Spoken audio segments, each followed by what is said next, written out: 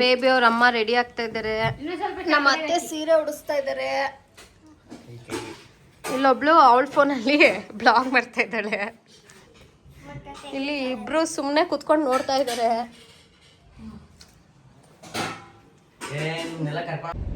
ನಾಮಕರಣಕ್ಕೆ ರೆಡಿಯಾಗಿ ಇವಾಗ ಹೊರಡ್ತಾ ಇದ್ದೀವಿ. ಎಲ್ಲರೂ already ಚೌಟ್ರಿಲಿದ್ದಾರೆ.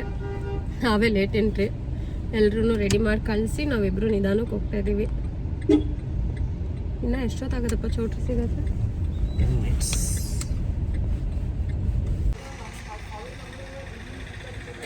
My boys and my ಚೋಟಾರಿ ಸೊಸೆ. ಫೈನಲಿ ಇದೆ ಚೌಟ್ರಿ. ಆ್ಯಕ್ಚುಲಾಗಿ ಕೂರ್ಗ್ ಕಡೆ ನಾಮಕರಣದ ಫಂಕ್ಷನ್ ಬೇರೆ ಥರ ಇರುತ್ತೆ. ಯಾವ ಥರ ಇರುತ್ತೆ ಅಂತ ನಾನು ತೋರಿಸ್ತೀನಿ.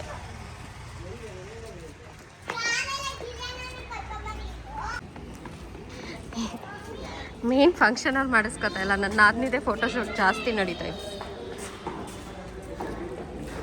ಎಲ್ಲರೂ ಬೇಗ ರೆಡಿಯಾಗಿ ಬಂದರು. ನಾವು ಲೇಟಾಗಿ ಮಲ್ಕೊಂಡು ಇವಾಗ ಎದ್ದು ಬರ್ತಾ ಇದ್ದೀವಿ.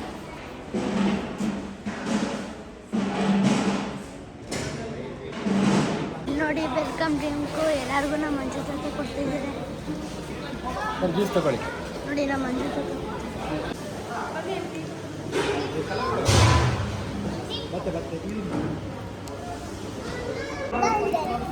ನಾವು ಒಳಗಡೆ ಕರೆದ್ರು ಅಂತ ಹೋಗಿದ್ವಿ. ನೇಮ್ ರಿವೀಲ್ ಆಗೇ ಬಿಟ್ಟಿದೆ. ಡಿಂಪನ ಮಹೇಶ್. ಊಟಕ್ಕೆ ಇವ್ರ ಕಡೆ ಬೊಫೆ ಸಿಸ್ಟಮು ಇಲ್ಲೆಲ್ಲ ಇದೇ ಥರ ಇರುತ್ತೆ. ಸ್ವೀಟ್ಗೆ ನಮ್ಮ ಕಡೆ ಪಿರ್ಣಿ ಅಂತೀವಿ. ಇವ್ರು ಬೇರೆ ಥರ ಮಾಡಿದ್ದಾರೆ. ಪಲ್ಯ, ಮೊಸರು ಬಜ್ಜಿ, ಬೇಳೆ ಸಾಂಬಾರು, ಉಪ್ಪಿನಕಾಯಿ, ಅನ್ನ. ನಾನ್ ವೆಜ್ಜಲ್ಲಿ ಮಟನ್ ಬಿರಿಯಾನಿ, ಚಿಕನ್ ಕಬಾಬು, ಮೊಸರು ಬಜ್ಜಿ, ಚಿಕನ್ ಗ್ರೇವಿ ಕೂಡ ಮಾಡಿದ್ರು. ಅದನ್ನ ಅವ್ರು ಬಡಿಸ್ತಾ ಇರಲಿಲ್ಲ. ನಾವು ಅಷ್ಟಲ್ಲಾಗಲೇ ಊಟಕ್ಕೆ ಹೋಗಿದ್ವಿ. ಬೆಳಗ್ಗೆ ಎಲ್ಲರೂ ರೆಡಿ ಮಾಡಿ ಕಳಿಸಿ ನಾವು ನಾಷ್ಟನೂ ಮಾಡಿರಲಿಲ್ಲ, ಹಾಗೆ ಬಂದಿದ್ವಿ. ಅದಕ್ಕೆ ಫಸ್ಟ್ ಬೇಗ ಊಟಕ್ಕೆ ಬರೋಣ ಅಂತ ನಾವೇ ಫಸ್ಟ್ ಊಟಕ್ಕೆ ಬಂದ್ವಿ.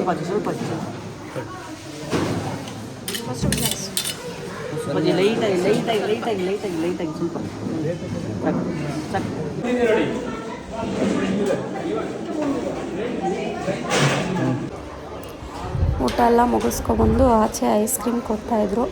ಈಸ್ಕೊಂಡು ತಿನ್ನೋಕೆ ಕೊಟ್ಕೊಂಡ್ವಿ.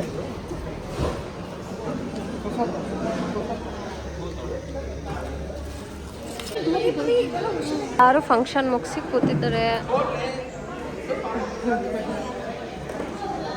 ಪಾಪುಗಂತೂ ಫುಲ್ ಟಯರ್ಡ್. ಅಯ್ಯೋ ಉಯ್ಯಾಲೆ.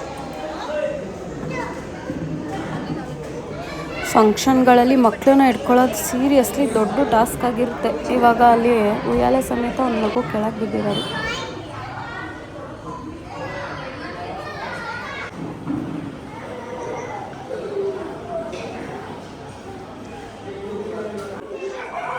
ಫೈನಲಿ ಫಂಕ್ಷನ್ ಮುಗಿದ್ಮೇಲೆ ನಮ್ಮ ಮಕ್ಕಳದೇ ಹಬ್ಬ. ಇನ್ನು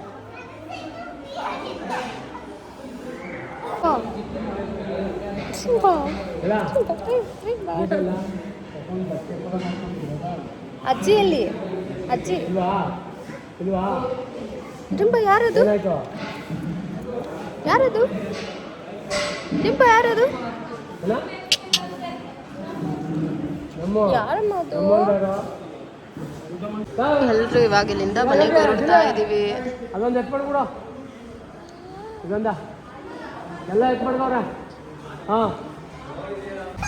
ನಮ್ಮನ್ನ ರೋಡಲ್ಲಿ ಇಳಿಸ್ಬಿಟ್ಟು ಹಾಕಿಸ್ಕೊಂಡು ಹೋಯ್ತಾ ಇದ್ದಾರೆ. ಅತ್ತಪ್ಪ ತಿಂದಿರೋದು ಕರಗಿಸೋದಕ್ಕೆ ಇವಾಗ ಇದನ್ನ ಹತ್ಕೊಂಡು ಹೋಯ್ತಾ ಇದೀವಿ.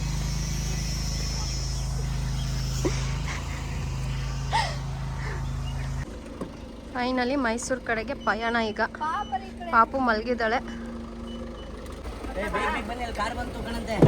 ಹತ್ತಿ ಬೇಗ ಅಂತ. ಬಾಯ್ ಬಾಯ್ ಪರೀನಾ. ಬಾಯ್ ಬಾಯ್ ಬೇಗ ಬನ್ನಿ ನಾಳೆ. ಬೆಟ್ಟ ಇಳಿಯೋದೇ ಈಗ.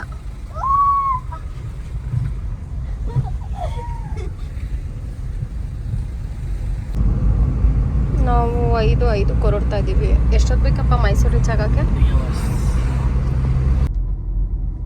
ಫಾರೆಸ್ಟ್ ಅವರು ಇದ್ರೊಳಗಡೆ 100 ರೂಪಾಯಿ ಟಿಕೆಟಾ? 100 ರೂಪಾಯಿ ಟಿಕೆಟ್ ಈಗ ಮಾಡಿರೋದು. ಹತ್ರದಿಂದ ನೋಡಕ್ಕೆ ರೋಡ್ಗೆ ಕಾಣಿಸ್ತೈತೆ.